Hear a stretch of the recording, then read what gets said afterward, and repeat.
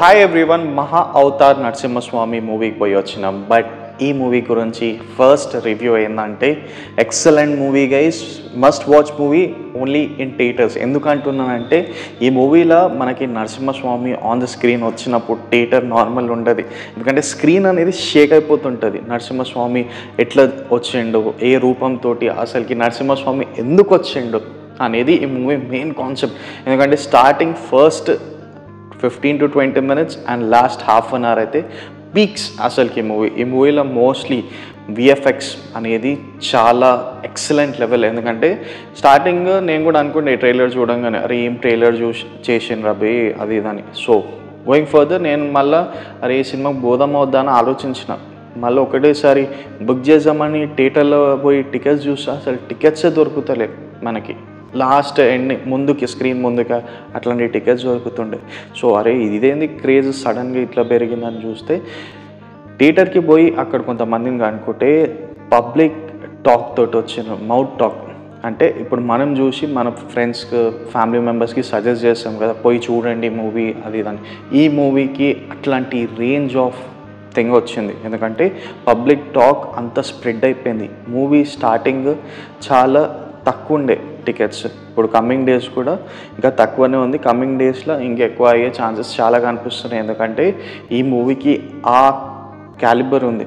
ఎందుకంటే నరసింహస్వామి ఏ రూపము ఎట్లొచ్చిండు, అండ్ ఈ మూవీలో మోస్ట్లీ ఫాదర్ సన్ది ఒక ఫైట్ జరుగుతుంది కదా, ఫాదర్ సన్ది నెక్స్ట్ లెవెల్ పీక్స్. ఎందుకంటే ఫస్ట్ హాఫ్ ఎండింగ్ అవుతున్నప్పుడు ఫాదర్ సన్ ఇట్లా రెండు పక్కకే వాళ్ళు ఉండి డిఫరెంట్ జోనాల్లో తీసుకోవచ్చు సినిమా. ఎందుకంటే ఈ మూవీలో మోస్ట్లీ ఫాదర్ వాళ్ళ సన్ని డిఫరెంట్గా చంపాలని ఆలోచిస్తాడు. అది డిఫరెంట్. ఎట్లా అంటే మంటలేసి కొండపైన నూకి, బట్ కొడుకు ఎట్లా బతుకుతాడు ఇడం అనేది mostly main concept about the movie. And ఈ మూవీ మీరు చూస్తే మీకు అబౌట్ ఆర్ మోస్ట్లీ అసలు దేవుళ్ళు ఎట్లా వచ్చిండ్రు, అసలు హూ ఇస్ ద క్రియేటర్, మనకి బ్రహ్మ ఓరు, విష్ణు ఓరు, అండ్ నరసింహస్వామి ఎట్లా అవతారము మనకి, అవన్నీ ఈ మూవీలో క్లియర్ కట్గా నీట్గా ఎక్స్ప్లెయిన్ చేసింది గైస్.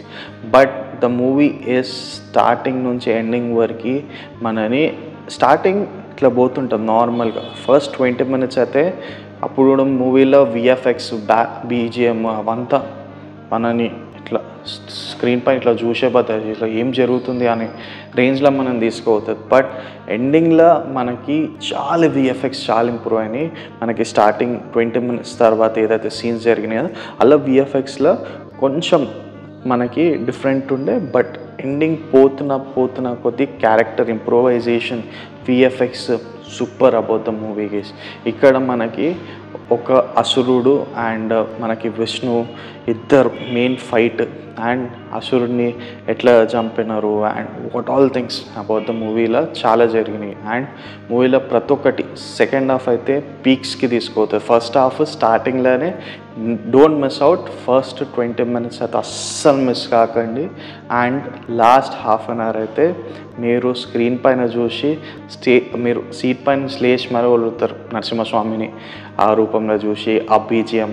అందుకే చెప్తున్నా ఈ మూవీ డెఫినెట్లీ థియేటర్లో ఉన్నంత వరకు ట్రై చేయండి, ఇఫ్ పాసిబుల్ థియేటర్కి పోయి. బట్ ఈ ఫ్యామిలీలో ఎవరైతే ఎల్డర్స్ ఉంటారు కదా వాళ్ళకి డెఫినెట్లీ నచ్చుతుంది.